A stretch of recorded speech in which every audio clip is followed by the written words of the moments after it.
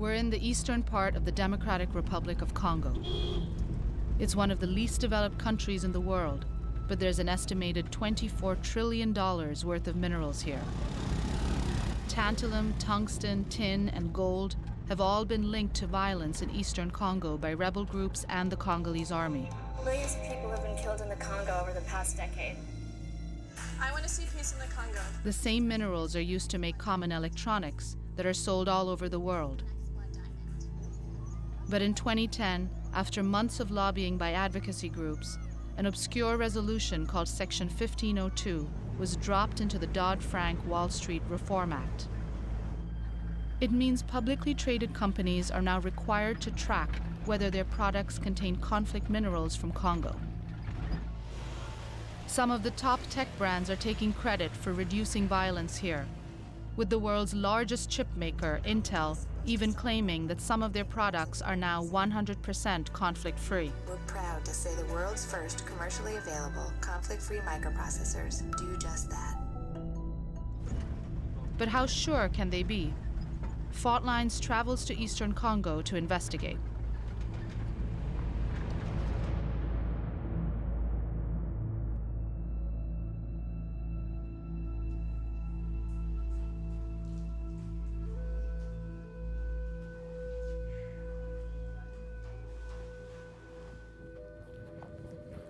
So this is where your office is? Yes. Okay, yes, great. John Cagnoni is the owner of a leading trading house in Goma. He makes his living selling tin and tantalum to international companies.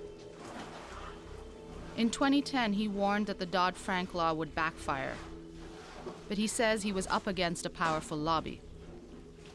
Imagine that you have Angelina Jolie at your door. You're a very big US company. George Clooney at your door saying, okay, no, you guys, you're the one fueling the armed group there. Do you think that for the reputation of those companies, they'll be still sourcing from this region? They said, okay, we are stopping, and that's what happened. In terms of possibility for leaks in the supply chain? Soon after the law passed, companies took their business elsewhere. Sales of tin ore from this province plummeted by more than 90%. Ah, the containers. So you'll be seeing that's the material ready to be really exported. So we are doing almost 2 containers, while we used to do 8 containers per month. The only way John or anyone in Congo can now legally export to the US is by opting into a system that traces the origin of the minerals. Yes, I can show some tags. So those are the tags we do have. So these tags are attached to the bags of minerals that come here? Yeah. So the bags that we saw in there? Yes. At mines that are determined to be conflict-free, bags of minerals are tagged with a numeric code. This entire traceability system rests on these tags? Yes. Exporters have to pay fees to take part in the tagging system, an extra cost that's passed all the way down to the miners. But we're working now at 20% of our normal capacity. International prices have also dropped recently, compounding the losses from the Dodd-Frank law. How do you survive? I mean, you must have lost so much money. A lot of money. So those who did that thinking that they helped Congo, they didn't help Congo at all. It harmed thousands and thousands of Congolese. You completely killed the business. If that was really your aim, you did very well, but you didn't help DRC at all. You did it.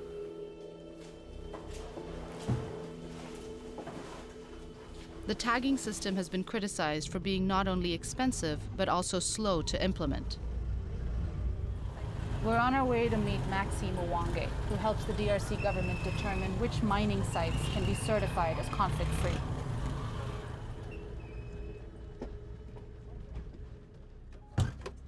The reality is that artisanal mining is the subsistence way most of the communities in Eastern Congo survive on. For them, it is from the soil to the pocket to the stomach. How many mine sites have been certified? 160 mine sites have been validated in Eastern Congo. In the whole country? The whole country. This is less than 10% of the total number of mines? Of the potential of artisanal mining. You said only 160 mines are certified, right? And that's where the tags come from. Yeah, the Those are tagged- the minerals that are actually tagged. Yes. So the rest of the mines in the country, right? How do they sell their minerals if they don't have tags? Well, I don't know. This is a good question for government. If 90% of the mines in eastern Congo aren't yet certified to use the tagging system, what's happening to all of those minerals?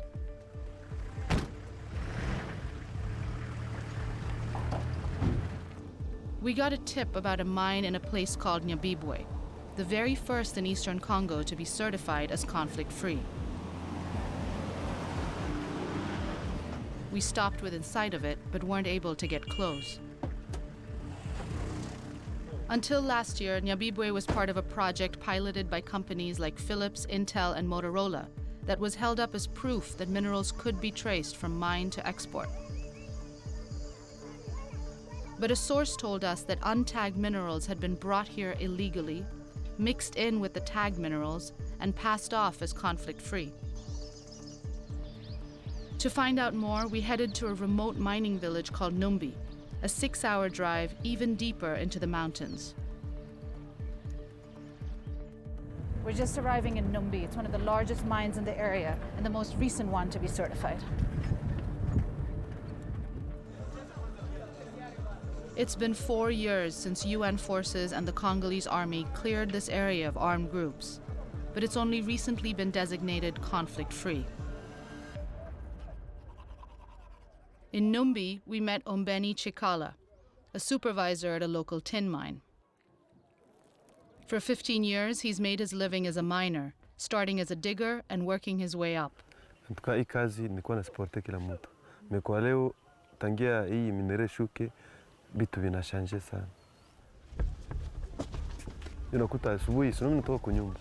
Siko capable tena nataka kusema sema naweza kunywa chai. Ndio kwa kufaa unakunywa chai ndio natoka naenda. Mimi siko capable tena kutumia chai. Nikikunywa chai maana yake wanabakia hawatakunywa chai. On the day we visited Ombeni's mine site, agents logged and tagged a 6-kilo bag of tin, 77, 99. a process required for every single mineral shipment leaving Congo to be legally sold in the West. Have you heard of the Dodd-Frank law? No. What do you think of it? Antuka inakuwa mbaya sana. Juu gisi ilikuwa mbele wakati sheria ikuwaka ilikuwa mzuri. Kwa leo ile sheria mimi na haina attack maana sana. Juu nasumbua njoo shii. Are miners across this region affected by the system of traceability and by the Dodd-Frank law? Sana juu shibote manake ile inatusumbua shibote hivi tukua unaona gisi makari yote kwa hapa unaona gisi hakuna shimu nya haina minere hapa mebote bako benya biko bashwa desi bashaacha.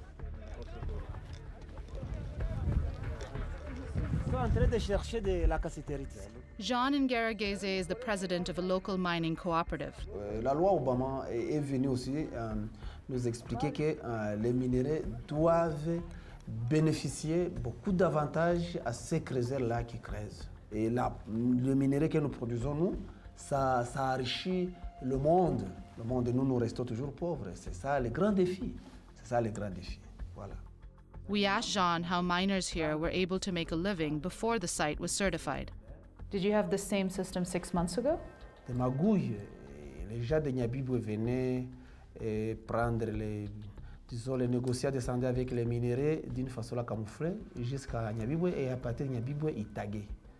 Et puis nos minéraux étaient comptés au compte de Nyabibwe parce que nous, on n'avait pas de tag. Nyabibwe is the mine that was held up as a model by Western companies. So before this mine was certified, minerals were taken from here to Nyabibwe and tagged there as if they were part of Nyabibwe's production? Oui, c'est correct. C'est connu par tout le monde. C'est connu. C'est pas une réalité à cacher. C'est connu.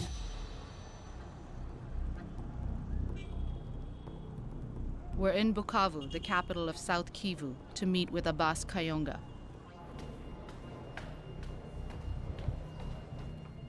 Hello. How are you? Very nice to meet you. Anjali. How are you doing, sir? Abbas heads the anti-fraud division of the Ministry of Mines here. When we told him we'd heard minerals had been tagged and sold illegally in Nyabibwe, he said the site is currently under investigation. What can you tell us about incidents of fraud happening in Numbi and Nabibwe. Les minéraux proviennent de Nabibwe, mais ils n'ont pas une grande quantité à comparer de ces produits qui proviennent de Numbi dans les documents.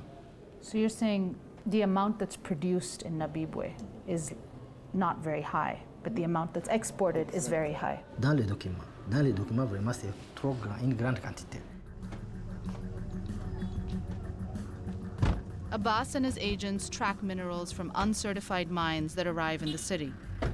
He told us that in the last 7 months, they've intercepted 52 tons of illegal tin. He took us to a boat landing along Lake Kivu, one of the major conduits for mineral smuggling here. And how do your agents find out about this? Donc j'ai mes gens qui font la pêche.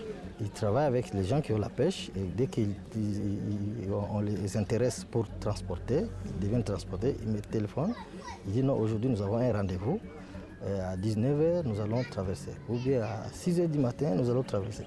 Ils me communiquent par téléphone et puis j'apparais.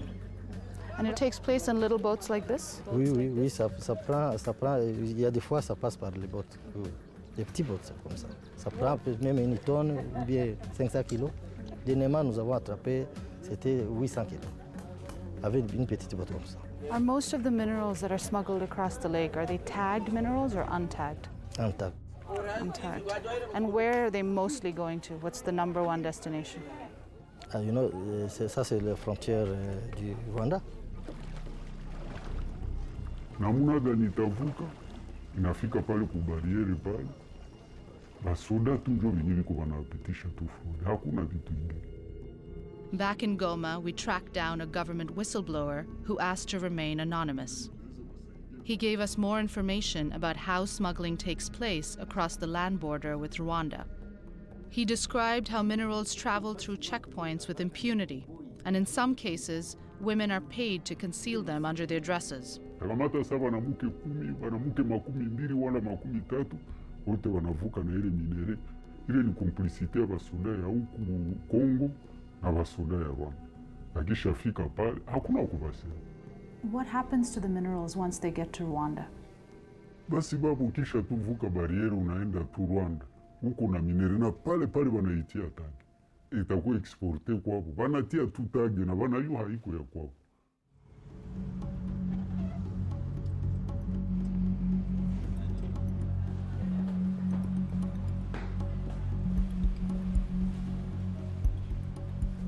We wanted to test if we too could buy tags on the black market.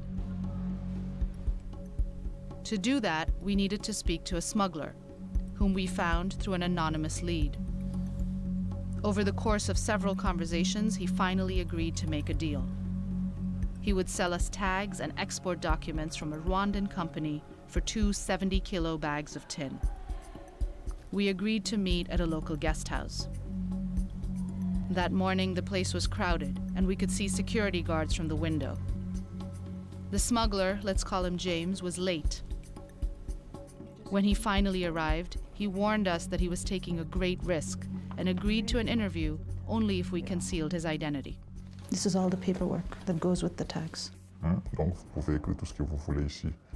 Votre identité, Bwana, donc ça vous donne la permission. Donc ces procurations vous donnent la permission de circuler librement avec les produits que vous avez. Peu importe, ça peut être le coltan, la cassiterite ou l'or flamme, dans toute l'étendue du Rwanda. And this is a real tag? Yeah. Genuine tag? James told us he'd been selling tags and certification documents for 5 years. Vous savez, notre pays, c'est l'enfer. C'est l'enfer des minerais. Il y en a partout. Bon, vous voyez, c'est comme s'il y a quelque chose qui se présente. C'est une chance que tout le monde veut saisir. Il y en a, et c'est pas seulement moi, même les autorités sont impliquées, les militaires sont impliqués. Donc, et il y a beaucoup de personnes qui profitent aussi de cette activité-là. When you do this for regular clients, how many tags do you usually bring?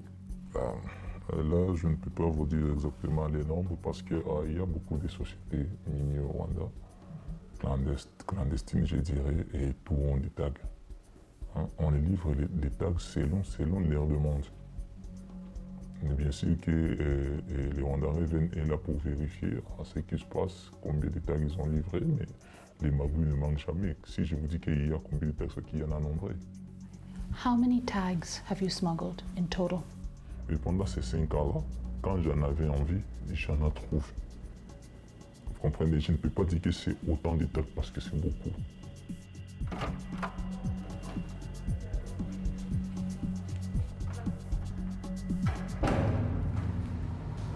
We left Congo and crossed over the border into Rwanda to meet with the minister in charge of mining. One thing we heard a lot in the Eastern DRC was about minerals that get smuggled from Eastern Congo into Rwanda and then get tagged in Rwanda and then are sold through the traceability system. How are you dealing with that problem?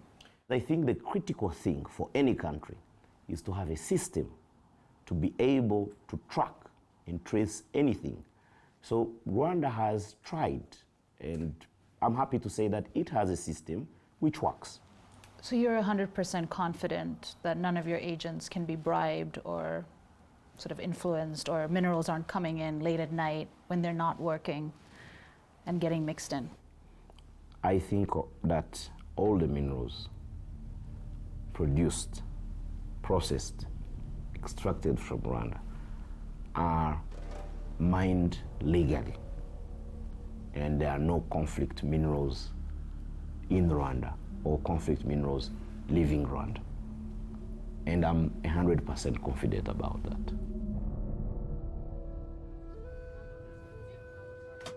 With so many holes in the supply chain, how can technology companies be so certain about where their minerals are coming from? Has the tagging system made it easier to overlook what's happening on the ground? The London-based advocacy group Global Witness pushed for the law and has played a key role in holding companies accountable. The law requires companies to do what is known as due diligence, which is a series of supply chain checks. So the tagging is effectively a safeguard for some companies, but when it comes down to actually getting your hands on your supply chain and understanding what's going on along it, that's not happening. What we have to be very careful not to do is create a scheme that's simply papering over the cracks and allowing the same networks and the same power dynamics to work, but under a tagged scheme. Dan Fahey says that criminal networks have already found ways to work around the tagging system. He spent 2 years as a UN investigator in Eastern Congo.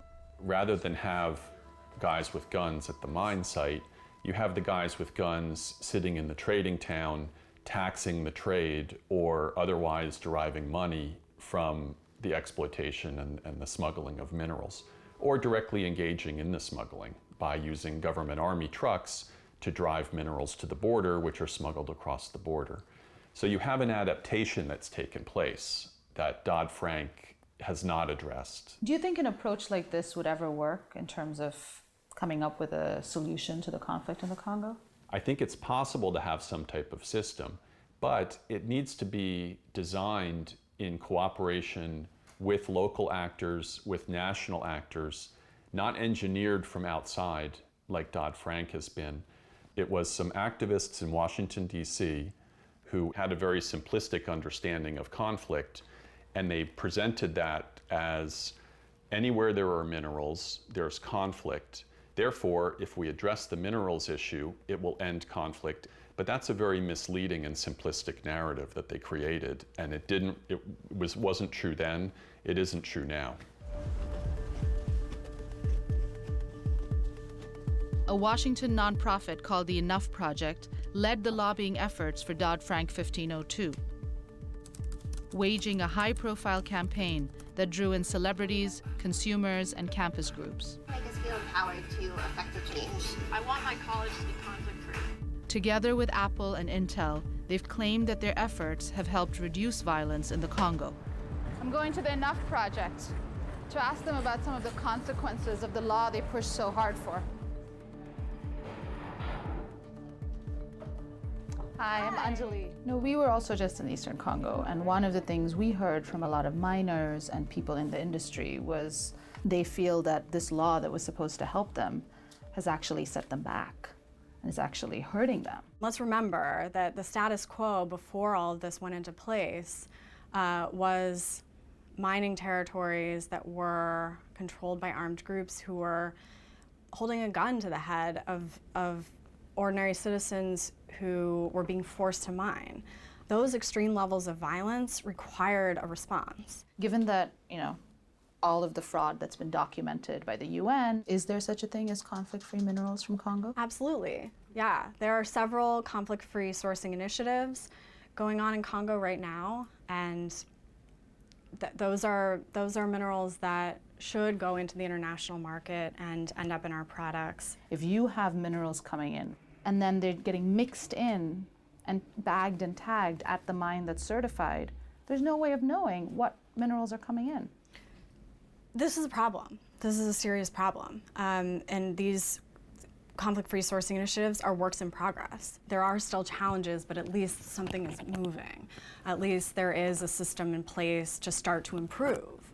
And that with time, that will end up giving communities, what they've hoped for a long time, which is that the natural resources of Congo actually come back and benefit them. I asked Holly about a statement by Intel that the company and their partners had reduced armed group profits by 55%. You'd have to ask them about that statistic, if that's in their materials. We did ask Intel, who said they'd gotten that figure from the Enough project. Intel declined an interview with Faultlines, but in an email statement, they said they've taken unprecedented steps and made an extraordinary effort to put systems in place that provide reasonable assurance that their materials are conflict-free. We're proud to say the world's first commercially available conflict-free microprocessors do just that. The world's first conflict-free microprocessor? Really, to say something is conflict-free, you'd have to have a presence at that mine 24 hours a day, 7 days a week for the entire year to be able to say for sure that there's no armed group presence, that armed groups are not taxing it, that minerals are not coming in from outside and being mixed and resourced. And that isn't happening anywhere. It's not happening, yeah. That's the sad reality of this. Recently, UN investigators implicated several Rwandan companies in the illegal sale of tags and paperwork, including the one we purchased from, Somika. In eastern Congo, the link between minerals and conflict remains far from clear-cut, and the miners have questions of their own for Washington. Nyi Amerike. Eske muliona kupunguza bei ya minere mu Kongo? Ndio ilikuwa kumaliza vita yenye iko mu Kongo, ubie ndio kuiendelesha. What do you mean by increasing the war? How is it increasing the war? Ya kwanza ni kusema nini? Angalia abo ni ba crezer, ni ba jeune. Hakuna mzee mwenye kumwao. Wakati deja biko desi na kazi banatumika. Eske bagisikia kwenye ngombe iko yenye bataiba. Akishaona kwa desi na kazi. Akikuta anasikia rebellion na lamuka mupori. Ataenda wala hataenda. Anapasha aende. Solutions for Africa, for the region, for DRC, sustainable solution will be made by locals. And don't think that in your office in Washington, in London, in Paris, in Brussels, that you'll be implementing policies which will be helping us more here than as we are concerned. If you look at our families here, every Congolese you meet here, they will tell you that everyone somehow was affected by the war. How do you think that people who are in Europe will be, or in the US, will be more caring for us than ourselves? Because we need more peace than anyone else. This is our land, this is our country.